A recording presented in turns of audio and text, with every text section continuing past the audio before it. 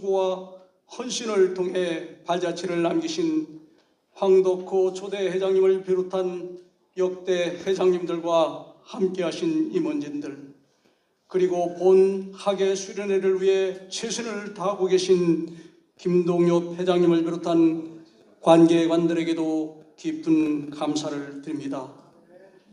알견의 부흥과 회원들 화합을 하여 기도합니다. 우리 알견이 날로 성장되어 기수 및 대학별 국내외 지회 창립을 이루게 하심을 감사드립니다. 그러나 주님께서 날로 우리를 사랑하여 주심같이 주님의 마음을 시원케 하는 충성된 공동체로 거듭 나가야 할 과제도 안고 있습니다. 우리 알견 가족들 모든 것 위에 하나님 사랑, 이웃 사랑, 나라 사랑이 깃들어 더 뜨겁게, 더 기쁘게 대상별 추가 창립이나 회원 상호간 친목이 넘치도록 그 얼굴의 광채를 나타나게 하옵소서. 군선교와 ROTC 기도 고생들을 위하여 기도합니다. 그들이 주님을 더 깊이 만나고 주님의 뜻을 따라 살아가는 자들로 자라게 하시며 그들의 믿음이 더욱 강건해지도록 도와주시옵소서. 이 나라의 군선교 사역이 주님이 계획 안에서 열매 맺을 수 있도록 우리 알견이 군부대와 학군단의 울타리가 되게 하옵소서. 오늘 강연하신 귀하신 김한식 장로님을 사랑하사 ROTC니여 우리는 누구이며 무엇을 할 것인가라는 제목으로 메시지 전달할 때 감동이 넘치도록 능력 주시옵소서. 장로님의 남은 생애도 더욱 평강케 하시고 더 큰 사명 감당하실 때 후배들이 닮고 싶어하는 롤모델로서 꽃피우는 삶 되게 하옵소서. 이 귀한 강연을 통해 저희 ROTC원들에게 강인한 용기와 지혜를 주시고 선한 영향력을 끼치는 지도자로서 더 높은 곳을 향하게 하옵소서. 우리 알견과 ROTC원들이 행하는 모든 일들이 넉넉히 이겨 하나님께 영광 돌리기를 바라오며 이 모든 말씀 예수 그리스도의 이름으로 기도드립니다. 아멘.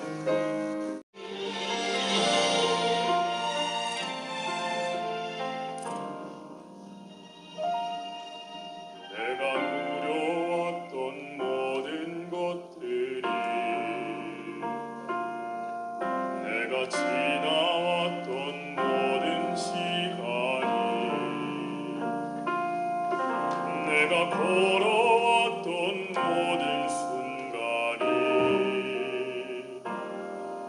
당연한 것 아니라 은혜였소. 아침 해가 뜨고 저녁에 노을, 봄의 꽃향기와 가을의 열매, 변하는 계절의 모든 순간이 당연한 것 아니라 은혜였소. 모든 것이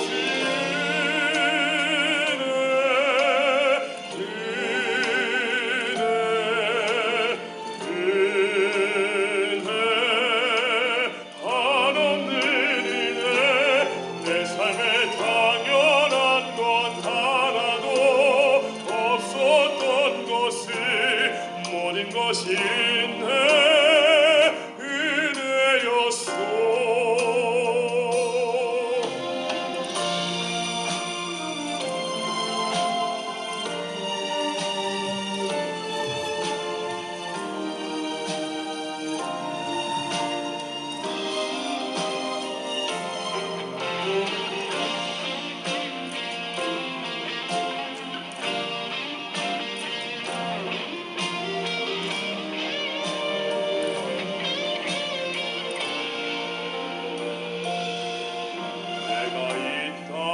태어나 사는 것,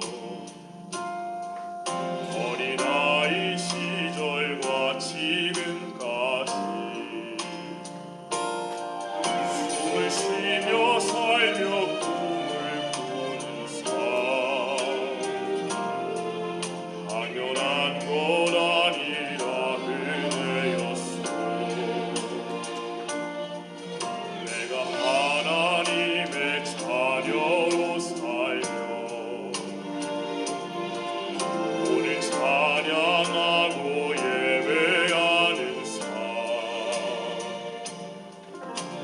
복음을 전할 수 있는 수고이 당연한 건 아니라 은혜였소. 모든 것이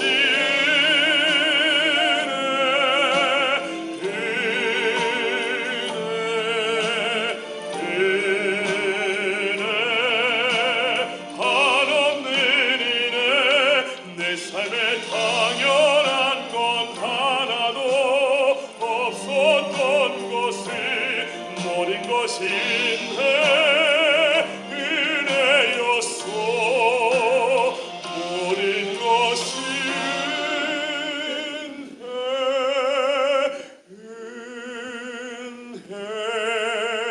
은혜 한없는 은혜. 내 삶에 당연한 건 하나도 없었던 것을 모든 것이 은혜였소. 모든 것이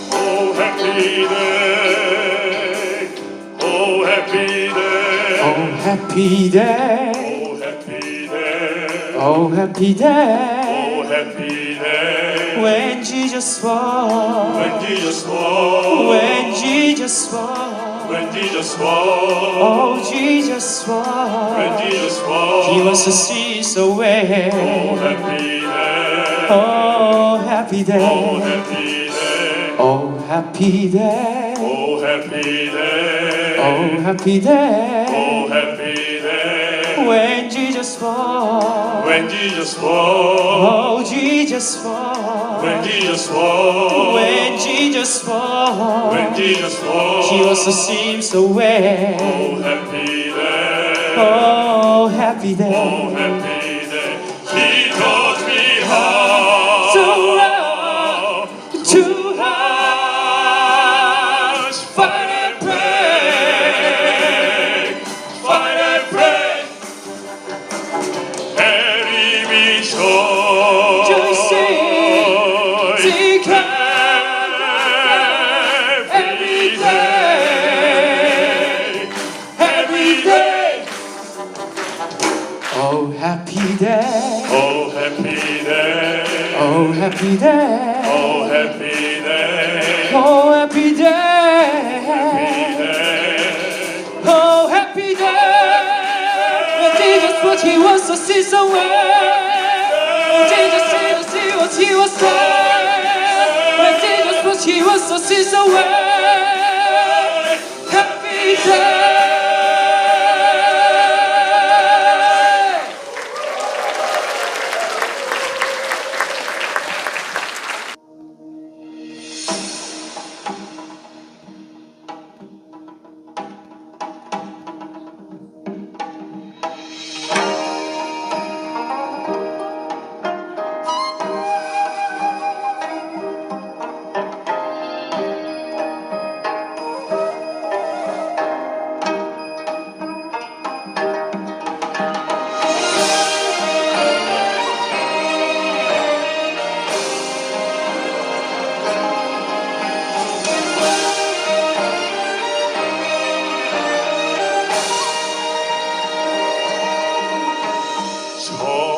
산자락에 긴 노을 지면 걸음걸음도 살며시 달림이 오시네.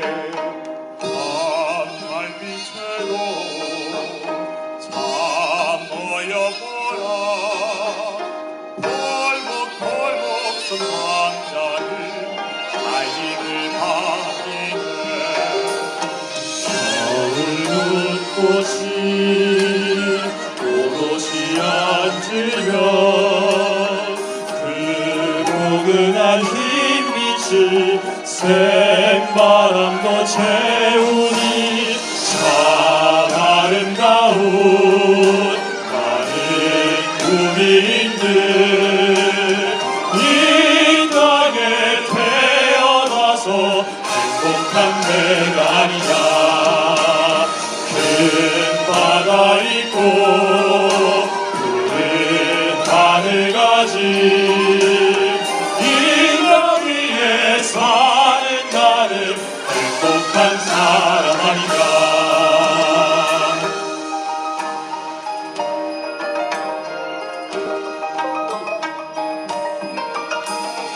강물빛 소리 산낙엽 소리 천지사방이 고우니 즐겁지 않은가 바람도 소리 쟁부젓는 소리 아픈 청춘도 보니 즐겁지 아닌가 참 아름다운 많은 국민들 이 땅에 태어나서 행복한 내가 아니냐 큰 바다 있고 푸른 하늘 가진 이 땅 위에 사는 나는 행복한 사람 아니냐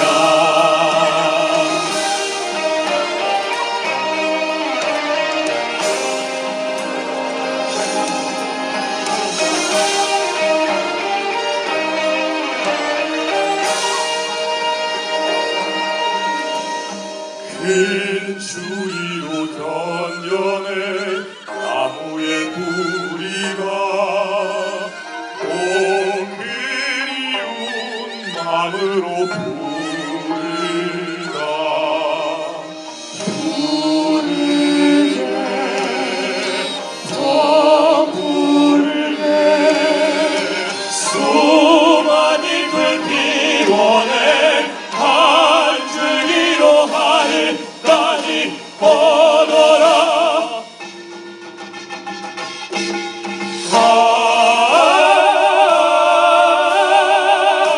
많은 국민들 이 땅에 태어나서 행복한 내가 아니냐 큰 바다 있고 푸른 하늘 가진 이 땅 위에 사는 나는 행복한 사람 아니냐 아름다운 나라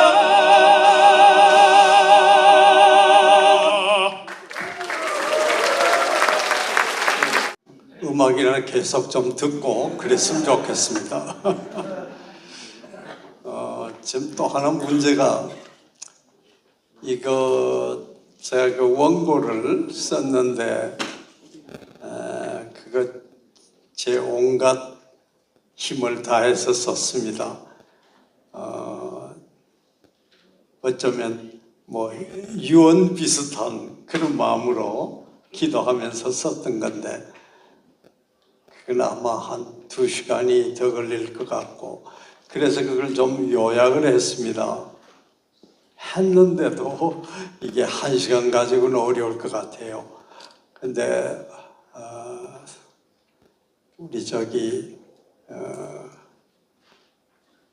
이동갑 위원장님이 그게 인터넷북하고 또 USB에 나와 있대요. 그래서 그걸 좀 참고를 하시면 좋겠고 저는 좀 최대한 좀 줄여서 오늘 같이 좀 생각해 보고자 합니다. 지금이 3시 23분인데 절대 60분을 넘지 않겠습니다. 아무튼 최대한 좀 줄여보기로 하고요. 오늘 여기 물론 우리 ROTC 동문들께서 주로 참석을 하셨지만은 특별히 그 가족이나 우리 음악을 위해서 이렇게 참여해 주신 여러분들 참 고맙습니다. 특별히 우리 그 박랑필 우리 위원장님께서는 아마 제가 알기로 육사 출신 장군 중에 제일 사고의 폭이 넓은 분이 아닌가 싶어요. 지금도 한국 군의 그 보고마를 위해서 책임을 지고 수고를 하고 계시죠. 참여하시고 그랬는데 우리 모두의 문제라고 생각을 합니다.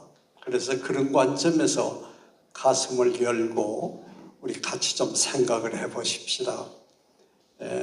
제가 말씀드리는 중에 혹시 좀 질문이 있거나 다른 의견이 있으시면 언제든가 좀 말씀을 해주시고요. 그게 좀 재미없다 싶으면 좀 주무십시오. 우리 사회에 지금 엄청난 문제가 일고 있습니다. 이게 보이지 않게 쭉 진행이 되기 때문에 조금 아무렇게나 생각하는 경향이 있는데요. 무서운 문제가 우리 자신에부터 스며들고 있습니다. 어떻습니까? 한 10년이나 20년 전에 우리하고 지금 우리하고 내 스스로 내 의식 속에 바뀐 면은 없는가? 우리 한번 생각을 해보십시다. 엄청난 변화가 있습니다. 전에는 뭔가 이웃이라든가 뭐 가족이라든가 이런 데 대해서 굉장히 깊은 관심이 있었고 그것이 마치 내 일처럼 생각하는 그런 경향이 강했다면 오늘날은 좀 그 반대가 되고 있죠. 뭔가 나 중심, 우리 가족 중심, 내가 속해 있는 집단 중심 이런 의식이 굉장히 강조되고 있지 않습니까? 이것의 근본을 해결하지 않으면 우리 가정이 파괴됩니다. 우리 사회가 견디질 못합니다. 특별히 고유한 역사를 자랑해왔던 우리 민족의 분열은 도저히 통합이 될 수가 없습니다. 이 엄청난 문제를 우리가 지금 안고 있는 것이죠. 그래서 사실은 온 세계가 한국을 굉장히 중시하고 있습니다. 한국 민족은 좀 특이한 민족으로 생각하고 있거든요. 근데 막상 우리는 우리 내적 이 무서운 서로 간의 갈등 때문에 아주 깊숙이 상처를 안고 있습니다. 그래서 이건 전부 우리의 문제입니다. 여기 계신 우리 모두의 문제입니다. 그러면 이 원인이 뭘까 하는 것이죠. 이걸 한마디로 갈등이라고 볼 수가 있겠습니다. 갈등입니다. 이 갈등의 원인이 뭔가를 알아야 해결을 하지 않겠습니까? 세 가지로 한번 요약을 해봅니다. 하나는 비교와 갈등의 문화입니다. 비교와 경쟁의 문화입니다. 이거 보통 심각한 것이 아니죠. 아마 자랄 때부터 그렇지 않습니까? 유치원에서부터 그렇지 않습니까? 온통 비교입니다. 경쟁입니다. 이 문화는 굉장히 무섭습니다. 우선 성과는 괜찮게 나타납니다. 그러나 결국은 무서운 결과로 이어집니다. 다른 하나는 의사소통의 문제입니다. 말이 안 통해요. 말을 하면 그것은 나하고는 상관없다고 생각하는 그런 분위기에서 우리가 살고 있습니다. 이 두 개의 의미를 하나의 묶음으로 해서 본다면은 그것은 우리 민족이 너무 똑똑해서 그렇습니다. 똑똑하지 않으면요, 이런 문제 제기되지 않습니다. 우리가 굉장히 똑똑합니다. 이것이 세계가 인정을 하거든요. 그 핀란드의 세계적인 그 여론조사 기관에서도 발표를 얼마 전에 한 적이 있습니다. 한국민이 세계에서 5번째로 똑똑하답니다. 그 뒤에 우리 어린 학생들의 취업 문제와 관련해서 학생들의 지능지수를 검토해서 발표한 바도 있죠.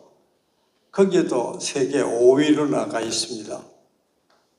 우리 민족이 똑똑합니다.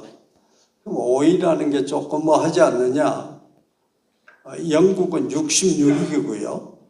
미국은 77위입니다. 독일이 23위인가 그래요.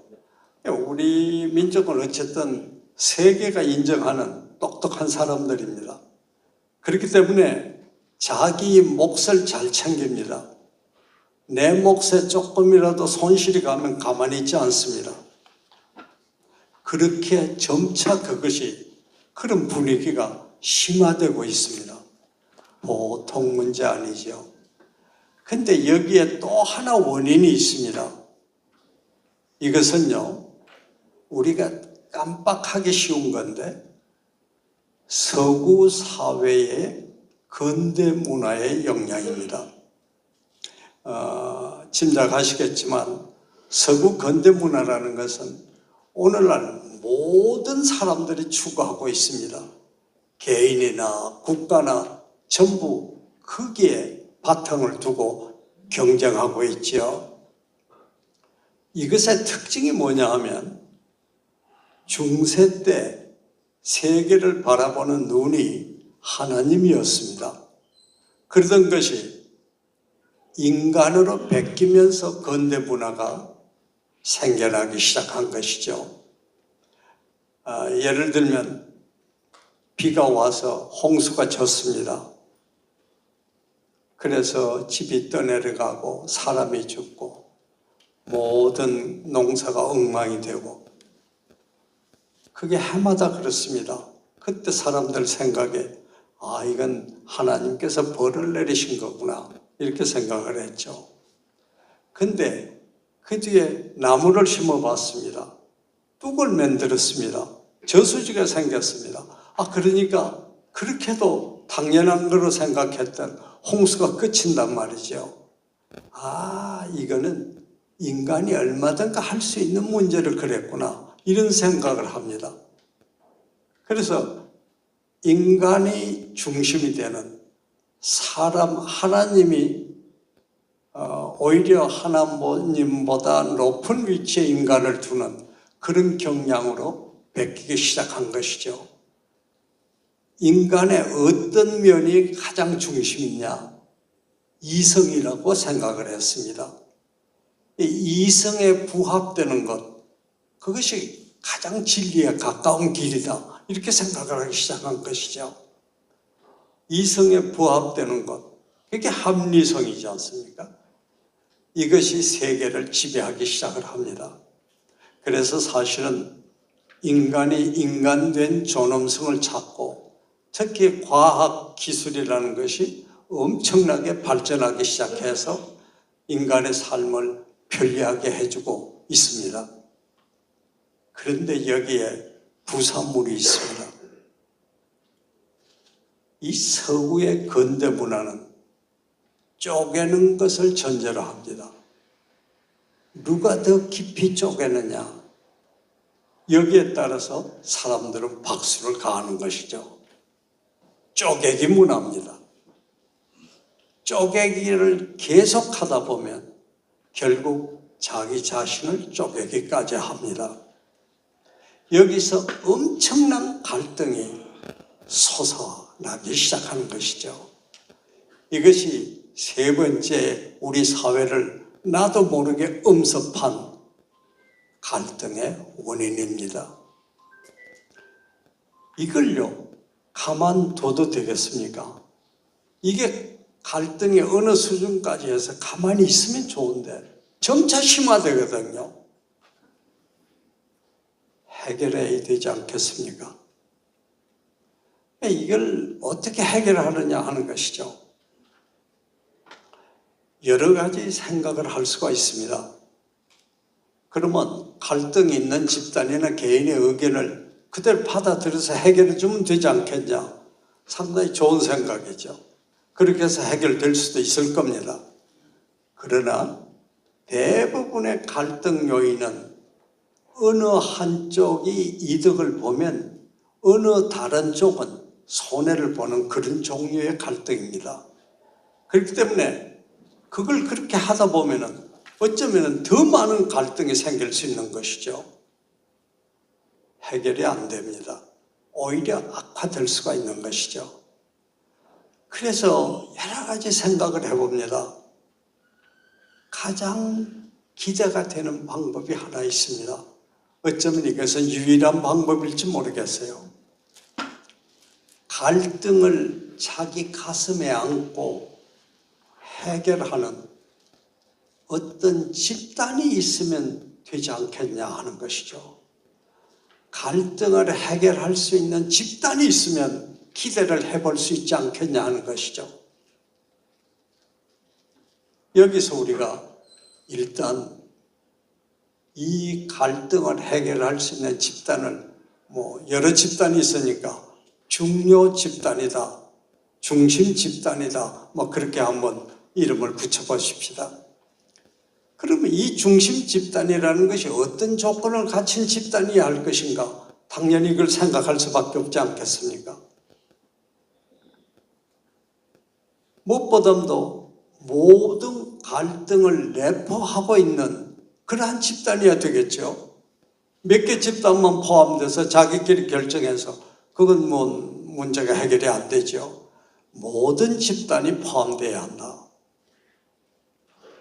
또 하나 생각할 수 있는 것은 우리 사회에 군이라는 존재는 굉장히 중요합니다. 어떤 다른 나라하고도 달리 더 중요합니다. 이것은 오늘날의 남북의 대치 문제도 있지만 이것은 아주 복잡한 국제관계에서 우리가 꼭 필요한 것이죠. 특별히 한국에서는 군이 정치에 관여한 적이 있습니다. 2번이나 있었죠. 그 첫 번째의 경우는 근대화의 초석을 놓는 참으로 중요한 역할을 했습니다. 두 번째의 경우는 여러 가지 많은 실적이 있음에도 불구하고 군의 문화나 방법이 정치, 사회에 그대로 활용하면서 생긴 부작용이 있는 것이죠. 여기에 나온 결과는 뭐냐 하면 이제는 군이 정치에 관여해서는 안 된다라는 생각입니다. 이것이 아마 국민 일반의 공통된 마음이 아닌가 생각합니다. 그러면 잘못하면 군은 군대로, 사회는 사회대로 별도로 서로 나눠지는 경향이 있을지도 모르겠어요. 굉장히 위험한 것이죠. 이 끈을 잇는 사회와 군이 상호 존중하는, 상호 필요성을 절감하는 그럴 줄 아는 집단이어야 되겠죠. 그렇지 않습니까? 세 번째 또 우리가 생각할 수 있는 이 집단의 성격을 생각합니다. 그것은 우리 민족의 심성을 잘 알아야 합니다. 언제 화를 내는지, 언제 이 자기 권리까지도 기꺼이 포기하는지 우리 국민의 심성을 잘 알 수 있는 그러한 집단이어야 합니다. 여기에서 많은 우리가 역사적인 자료가 있습니다만 일단 그렇게만 말씀드리도록 하겠습니다. 그 다음에는 국제 상황을 잘 알아차릴 수 있는 그런 집단이어야 합니다.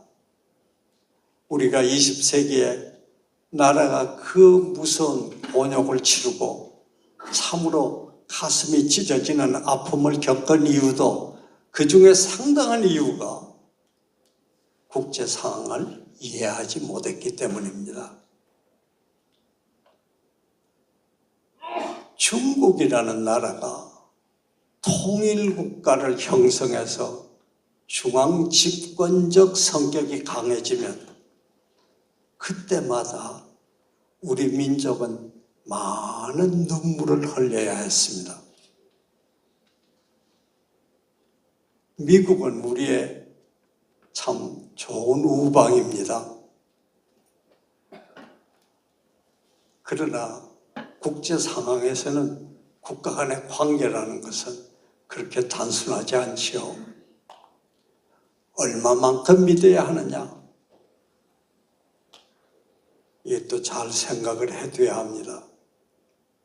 이런 문제는 이어서 좀 더 자세히 우리가 생각할 기회가 있겠습니다. 국제관계를 잘 아는 것은 굉장히 중요합니다.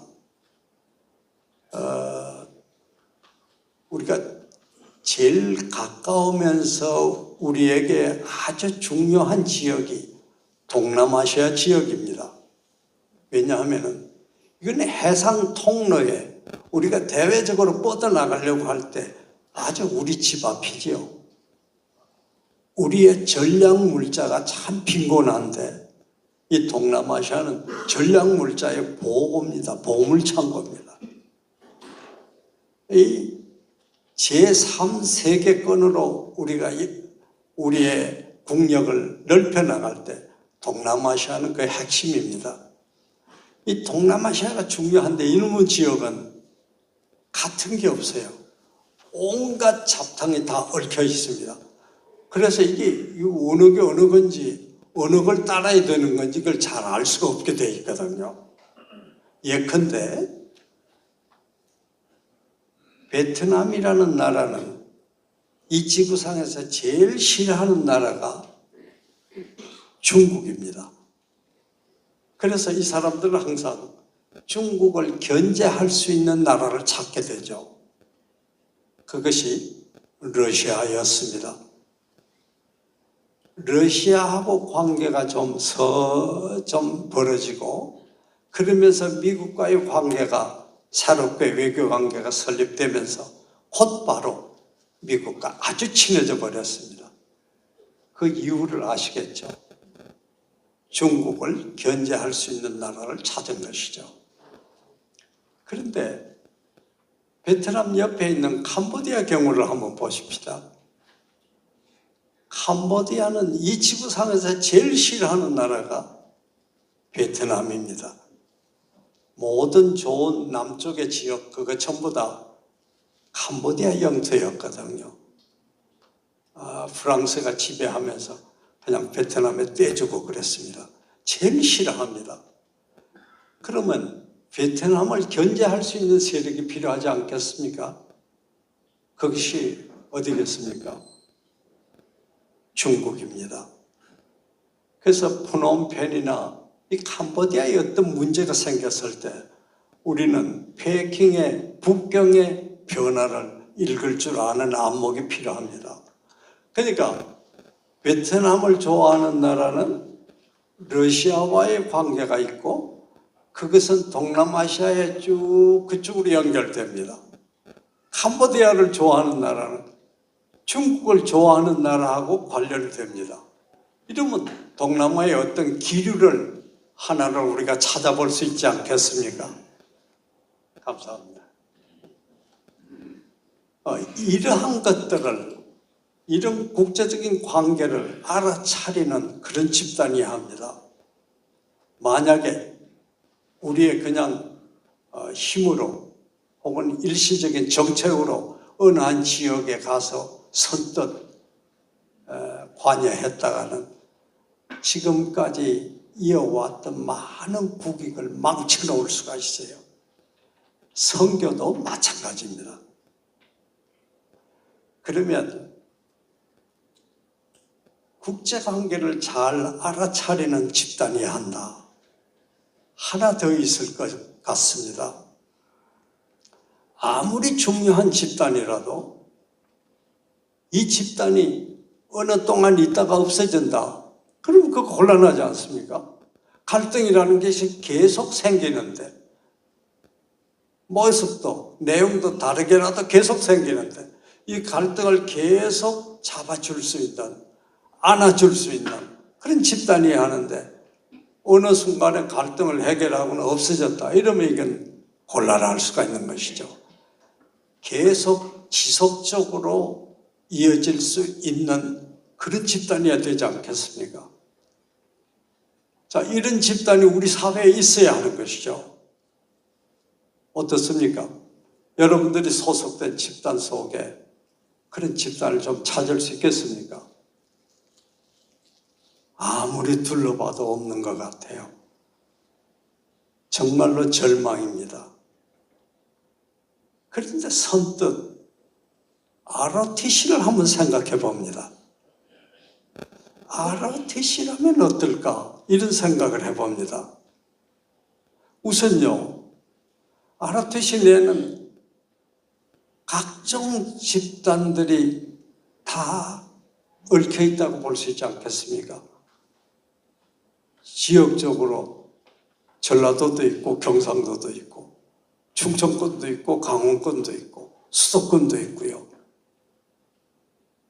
모든 분야가 다 포함되어 있습니다.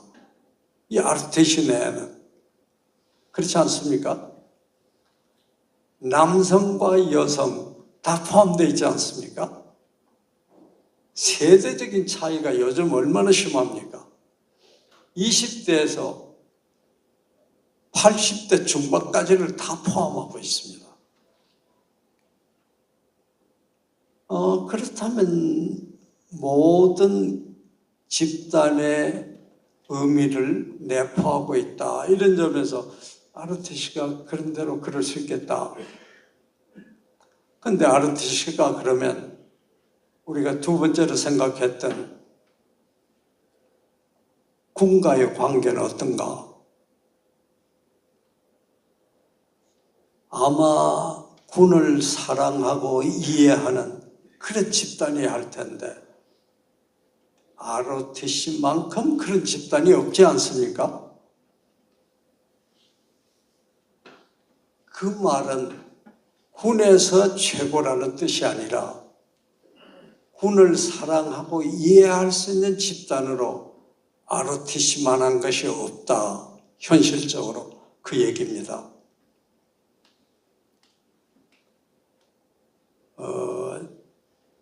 지금 ROTC 예비역이 한 20만이라고 합니다.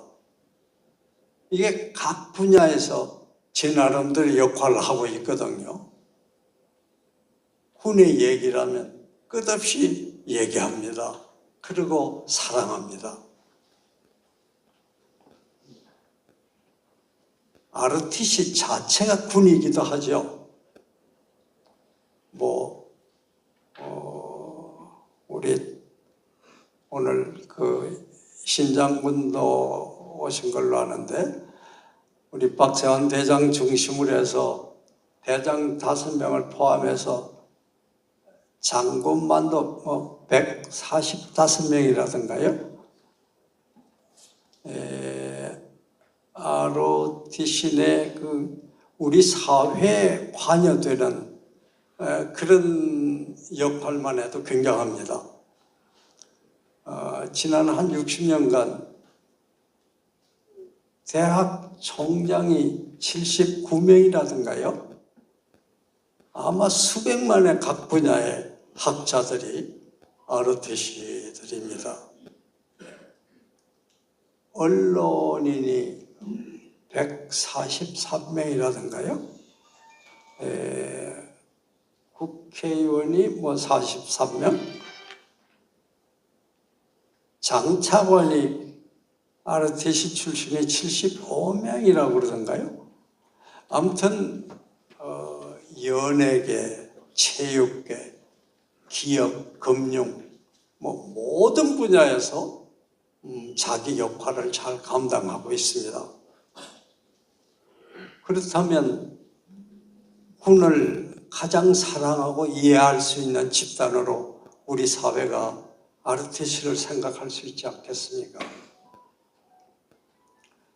어떤 우리 민족성을 잘 알아차려야 한다라는 문제를 한번 생각해 보십시다. 1950년대 말부터 60년대 이후에 이르기까지 우리나라 캠퍼스에는 우리 근대 교육을 받은 한글 첫 세대가 대학가에 밀려오기 시작했습니다. 이 사람들은 생각이 조금 달라요. 우리가 왜 이렇게 곤욕을 치렀는가? 왜 6.25를 겪게 됐는가? 일본은 어떻게 저렇게 힘이 세졌는가? 우리의 문제를 더 깊이 생각하기 시작한 것이죠. 그 4.19라는 게 그냥 일어난 게 아닙니다. 그런 의식 속에서 터진 것이에요. 이 세대의 전통은 민주화입니다. 우리나라가 민주주의에 대해서는 한치의 양보할 수 없다라는 생각이 아주 몸에 밴 사람들이죠. ROTC는 그 중심에 있습니다. ROTC가 되려면 어떻습니까? B학점 이상이어야 되지 않습니까? 신체가 건강해야 합니다. 군사훈련 다른 친구들 다 좀 쉬고 놀 때 그거 받아야 되지 않습니까?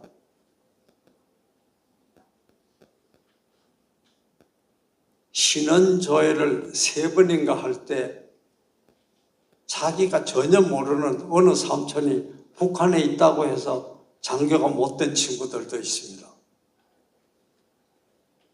철저한 심신의 문무가 겸비될 수 있는 사람들이 ROTC입니다. 그러니까 이게 그냥 된 게 아니라 우리 민족사의 가장 우수한 자기가 누군가를 생각할 줄 아는 그런 분위기의 중심인물들이었어요. 그 전통이 계속 이어진 것입니다.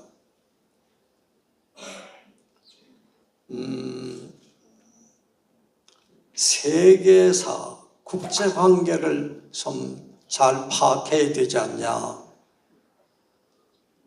지금 ROTC가 온 세계에 뻗쳐져 있어요.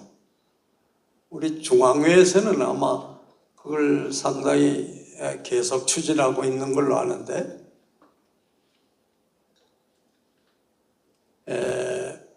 그 나라에 ROTC 자체의 조직이 만들어지고 어떤 ROTC는 자기 손자까지도 ROTC가 된 경우도 듣습니다. 그 나라에서 자기 몫을 감당을 해요.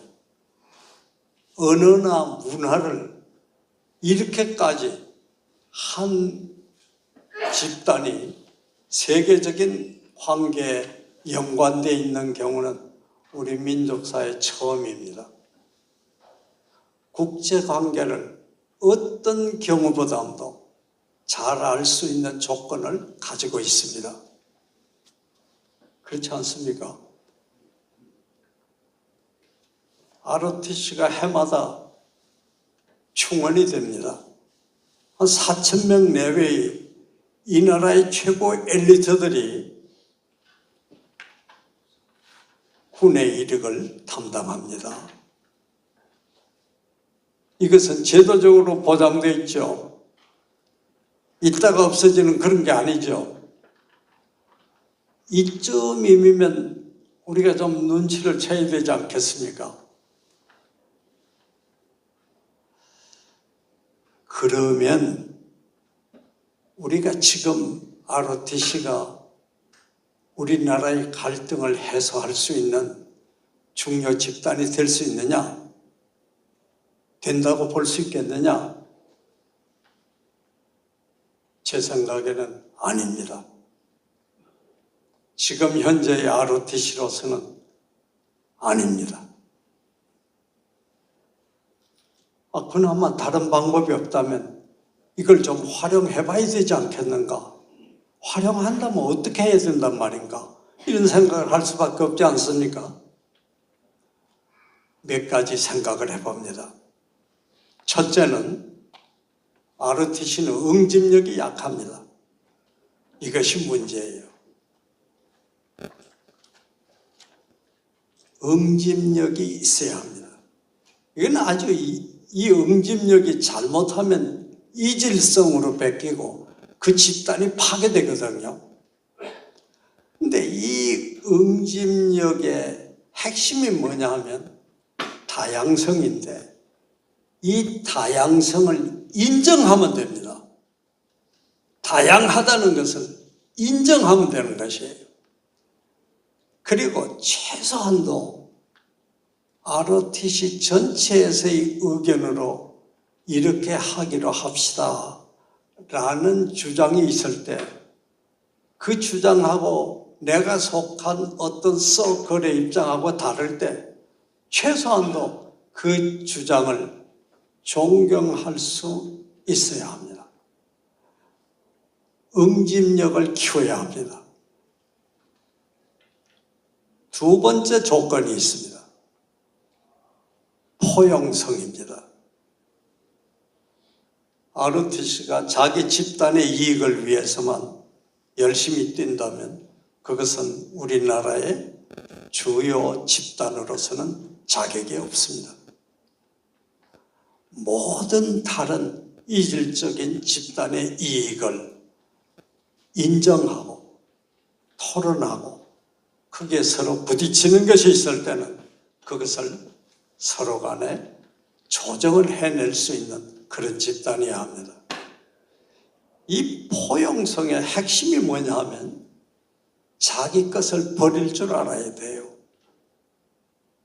내 것을 강조하고 있다가는 조정의 집단, 그 주요 집단의 역할을 할 수가 없습니다. 포용을 잘 함으로써 다양성을 인정하면 잘해서 이질적인 것만 안 된다면 어떤 특징이 생기냐 하면 창의성이라는 게 생깁니다. 창의성은요, 잘 조직화되고 일사불란하고 인류의식에 가득 찬 그런 집단에서는 찾아낼 수 없어요. 있을 수가 없습니다. 뭔가 내가 좀 모자란다고 생각하고 뭔가 타협의 여지를 갖고 상대를 인정할 줄 아는 그런 집단이 아니면 창의성은 생기지 않습니다. 근데 이 창의성이라는 게 얼마나 중요하냐 하면 어느 집단이나 그 집단이 지속될 수 있는 힘이 어디 있냐면 창의성을 가진 집단입니다. 그것은 역사가 잘 알려주고 있죠. 이런 몇 가지의 요건을 오늘날 ROTC가 갖는다면 기대를 해볼 수 있습니다. 우리 민족의 이 무서운 갈등을 해결해낼 수 있는 지도 집단으로 한번 생각해 볼 수가 있는 것이죠.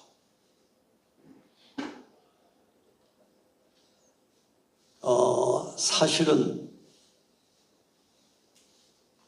그렇게만 된다면 그렇게 수건이든 바라던 통일의 문제도 어렵지 않다고 생각합니다. 통일의 방법을 우리가 다 생각하고 실천해 왔지 않습니까? 정치적인 통일은 물론이고 경제적인 통일 얼마나 노력했습니까? 북한에 의한 군사적인 통일도 시도됐던 것이죠.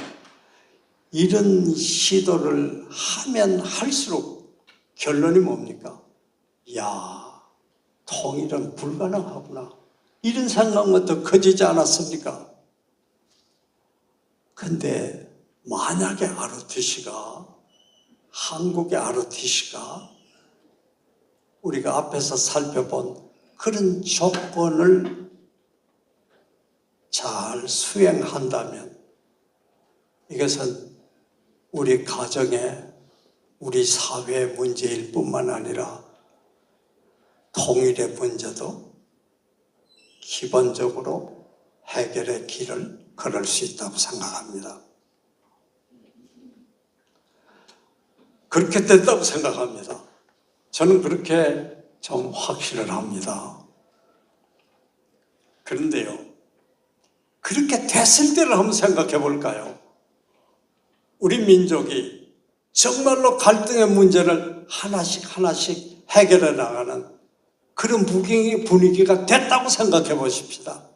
그럼 이것이 오늘날 우리 민족의 문제일 뿐만 아니라 세계사의 문제와 관련된다는 것을 염두에 둘 필요가 있습니다. 왜 그런가? 한번 볼까요? 우리가 이렇게 갈등의 문제를 한국 ROTC가 참 피를 흘리면서도 잘 이룩하는 그런 결과를 가져왔을 때, 갈등의 문제를 해소했을 때 우리 민족이 어떻게 될까 하는 것이죠. 이걸 한번 간단히 생각해 보고자 합니다. 이건 보통 중요한 문제가 아니에요. 왜냐하면 세계사의 내일의 방향을 좌우할 수 있기도 한 내용이거든요. 우리가 무슨 세계사, 그게 아닙니다.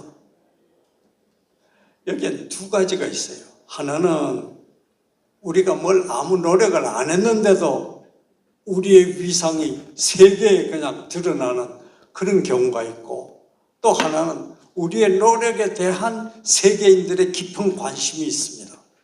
이 양면에서 한국이라는 위치가 달라져 버리는 것이죠. 우리가 노력하지 않았는데도 저절로 한국 위상이 높아지는, 이것부터 한번 좀 생각해 볼까요? 두 개의 경우가 있습니다. 하나는 우리가 사는 지금 이 시대는 대서양 시대가 아니라 태평양 시대가 돼가고 있다는 사실이에요. 근데 이건 세계에서는 비교적 논란이 되고 있는데 막상 한국에서는 학계에서도 별로 논란이 안 되고 있어요. 상당히 신기한 일입니다. 그러면 태평양 시대가 왔다는데 한국의 위상하고 무슨 관련이 있느냐? 제가 교육을 받을 때 대학 교육 물론이고요, 이 전부 대서양 문화의 교육을 받았어요. 그리스의 신화를 모르면 서구 사회를 모른다고 생각하는 것입니다. 서구 사회의 국제관계의 전부인 양 얘기됐거든요. 책도 그랬고 교수님들의 강의도 그랬고요. 근데 미국이 세계대전에 참여하면서 이기면서 태평양 시대가 온 것입니다. 미국의 동맹이 될 수밖에 없는 일본이라는 게 있습니다. 또 중국이라는 나라가 대서양 시대 때 영국이나 이런 거하고 같은 역할을, 그런 거하고의 대립 관계에 있었던 해양 세력의 중심이 되고 있어요. 여기에 러시아가 딸려옵니다. 태평양 시대 미국과 일본, 대륙 세력의 중국과 러시아가 이것이 세계사의 어떤 보이지 않는 하나의 흐름을 마련하면서 흘러가고 있거든요. 태평양 시대가 왔다는 것은 이 두 세력이 태평양을 중심으로 해서 엮어 나간다는 걸 의미합니다.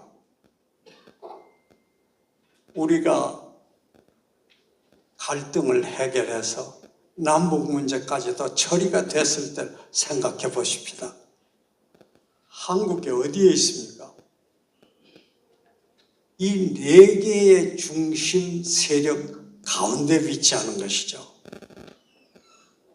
우리가 우리 입장을 잘 유지하면서 이 4대 강국들이 우리를 자기 편으로 끌어들이려는 그러한 전략만 잘 구사할 수 있다면 한국의 얘기는, 한국의 분위기는 세계사에 그대로 투영될 수밖에 없습니다. 두 번째 문제가 있어요. 이 4강들이 세계에서 가장 중심적인 역할을 할 이 4강이 내적으로 안고 있는 고민이 있습니다. 이거 두 번째입니다. 이건 뭐 우리가 노력해서 그런 게 아니고 저절로 그렇게 되는데, 이 4강들이 다 깊은 고민이 있는데 그 고민이 뭐냐 하면 갈등입니다. 뭐 간단히 미국의 경우를 한번 들어볼까요? 미국은 나라가 되고 나서부터 한 번도 어떤 완전한 주된 세력에 의해서 통일을 형성하지 못했어요. 항상 조정과 타협이 있어야만 문제가 됐습니다. 그렇지 않고는 견딜 수가 없는 거예요. 그리고 그 사회를 이끌어 나가는 중요한 사상이 자유민주주의입니다. 러시아 경우는요, 대슬라브주의라는 걸 명분으로 해서 아주 큰 나라를 이뤘지 않습니까? 이 큰 나라를, 거기서 생기는 문제를 뭘로 컨트롤했냐 하면 공산주의 이름으로 소비에트 커뮤니즘이라는 것이 장악했어요.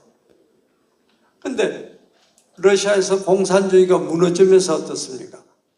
이 대슬라브가 소슬라브로 바뀌었지 않습니까? 그러면서 슬라브에 있었던 많은 나라들이 독립을 했죠. 오늘날 러시아가 쪼그라들면서 옛날 생각이 자꾸 나는 것입니다. 당시 대슬라브에 있었던 소슬라브 국가들을 다시금 옛날 생각으로 간주하기 시작한 것이 우크라이나 전쟁 같은 것이죠. 근데 이제는 그 대슬라브에 있었던 그 나라들이 옛날 러시아를 생각 않거든요. 전쟁으로까지 치닫게 된 것입니다. 이 보통 고민이 아니에요. 러시아로서는. 중국도 마찬가지입니다. 56개의 민족들에 의해서 만들어지는데 공산주의라는 이름으로 중화사상이라는 것이 그걸 컨트롤했지 않습니까? 그럭저럭 컨트롤하고 있어요. 대만에 대해서 그렇게 집착하는 이유, 신강성의 그 세력에 대해서 중국 정부가 그만큼 관심을 갖는 이유를 아시겠죠? 이거 그만두면 중국은 분해가 됩니다. 그런 위험성 때문에 그런 생각을 하는 것이죠. 이게 아주 살얼음을 걷는 것처럼 중국의 사실 내면적인 고민이 있는 것이죠. 일본은 이런 세계 나라처럼 그런 갈등은 없습니다만 문화가 얕아요. 모방성입니다. 게다가 인접국가하고 관계가 안 좋아요. 이런 분위기 속에 그 속에 한국이 있는 것입니다. 우리가 얼마나 적절한 선물을 받았는가를 알 수 있는 것이죠. 그래서 이게 하나님의 선물 아닐까 생각합니다. 태평양 시대의 도래와 사강이 갖고 있는 그 갈등들을 한국이 모범적으로 보이면서 해소를 보이면서 한국에 한없는 관심을 가질 수밖에 없게 된 것이죠. 세계사의 분위기가 그렇게 한국에 집중할 수 있게 되는 것이죠. 그런데 여기에 말이죠, 우리가 노력한 것에 대한 세계인들의 관심이 막 쏟아집니다. 도대체 너희 나라에 그렇게 갈등이 많은 나라가 어떻게 그걸 해소했느냐? 그걸 주도했던 아르테시라는 게 도대체 뭐냐? 이런 생각을 온 세계가 갖는 것이죠. 그러면서 막 질문을 해옵니다. 알고 싶어 합니다. 저는 그걸 한 4가지로 요약을 해보는데요. 질문 형식으로 해옵니다. 이것에 관한 설명은 제 나름으로 하더라도 이게 굉장히 많은 시간이 걸리는데 아주 간단하게 그냥 요즘은 말씀드리는 걸로 끝맺겠습니다. 첫째, 이런 질문이 해올 것입니다. 야, 너희 아르테시 말이야, 한국 아르테시 아주 소수면서도 느슨한 것 아니냐? 그런 게 어떻게 너희들보다 더 강하고 좋은 많은 조직이 있는데 그런 집단을 이렇게 이끌어갈 수가 있었느냐? 그 힘이 뭐야? 이런 질문을 하지 않겠습니까?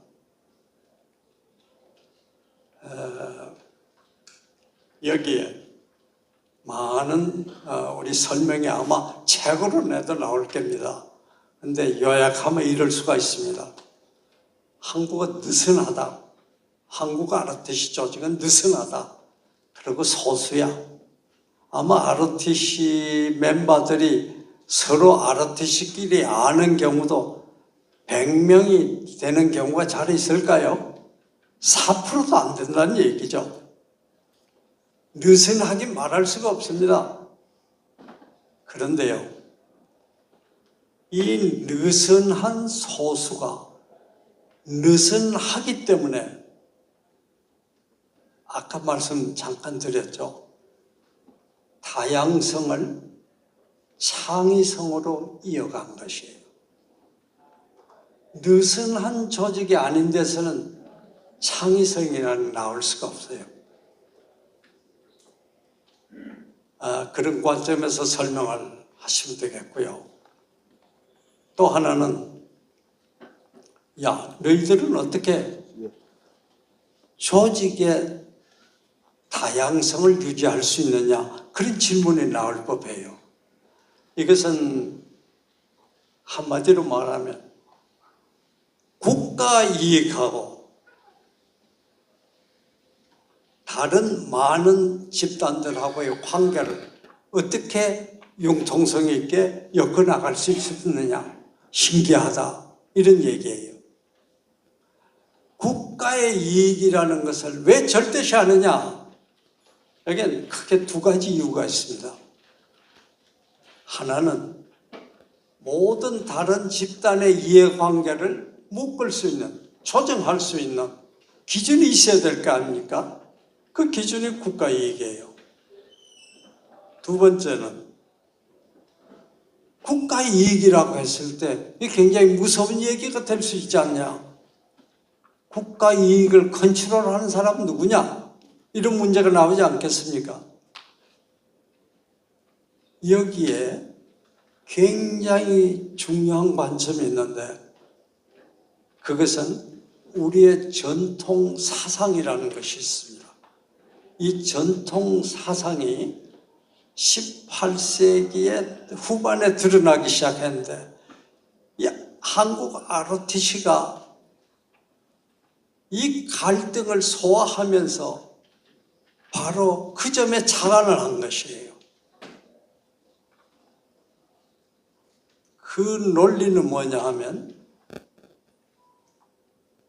3가지가 있는데 첫째는 모든 개체는 평등하다. 권위적인 관계가 아니에요. 두 번째, 모든 개체는 그 자체에 고유한 기능이 있다 하는 것이에요.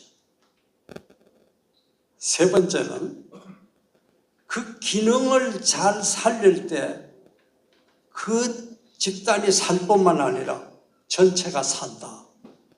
마치 유기체 기능처럼 보이는 이런 특이성이 있는 것이에요. 그렇기 때문에 절대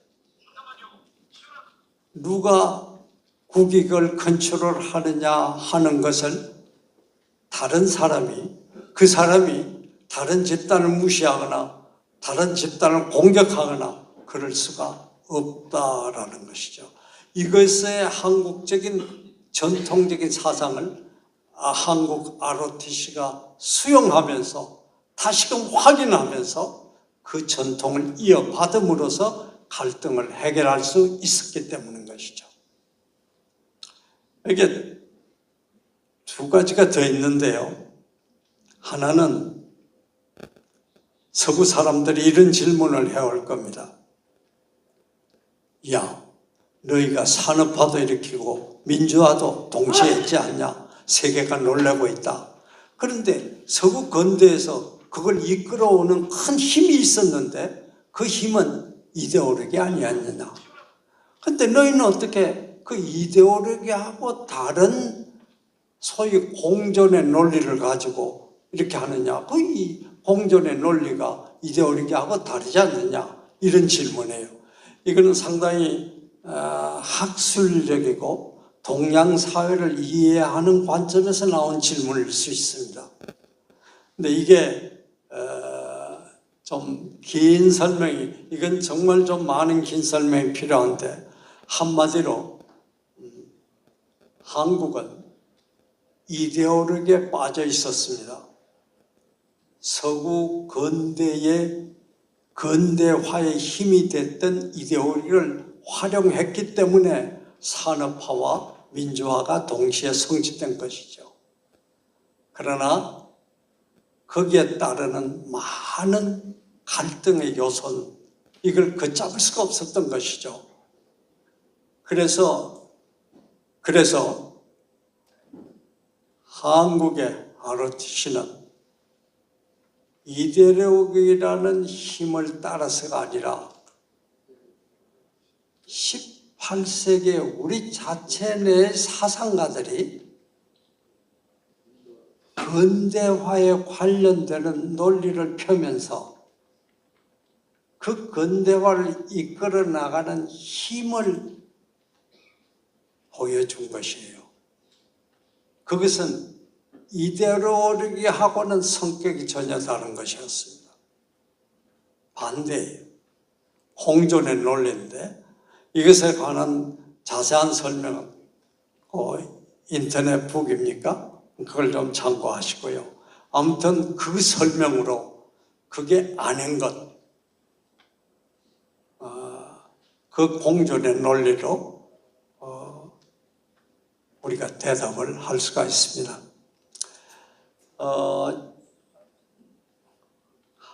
우리 세 가지만 소개해드리기로 하고 한 가지 더 중요한 게 있는데 이거는 이 서구 사람들이 잘 몰라요. 그래서 질문해 오지 않을 가능성이 있어요. 근데 우리가 알려줄 필요가 있습니다. 그게 뭐냐면 영적인 힘입니다.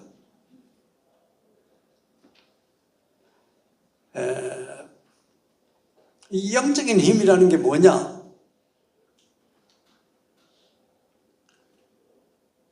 ROTC에서 어떤 결정을 했습니다. 우리의 국익을 위해서 이래야 된다라고 결정을 했어요. 그런데 ROTC 안에 있는 어떤 강력한 집단이 그거 좀 바꿨으면 좋겠다. 우리는 생각이 다르다. 이런 얘기를 해온단 말이에요. 근데 ROTC 전체로 봐서도 그것은 굉장히 바람직하고 도움이 되는 거라 이게요. 그러나 ROTC 전체가 그걸 수용을 했을 때 어느 한 집단에서는 야, 쟤들이 저것 것만 챙기는구나 라고 생각할 가능성이 좀 있어요. 그것도 좀 있어요. 그랬을 때도 ROTC는 이익을 포기하고 자기의 이익을 포기하고 전체의 갈등을 허용해 나가는 바로 그 힘입니다. 그 힘이 영적인 힘입니다. 이것이 역사적인 배경이 뭐냐? 이건 상고시대 때부터 우리 선조들이 내려왔던 어떤 큰 흐름이에요. 한마디로 우리 상고인들은 하늘신을 섬겼어요.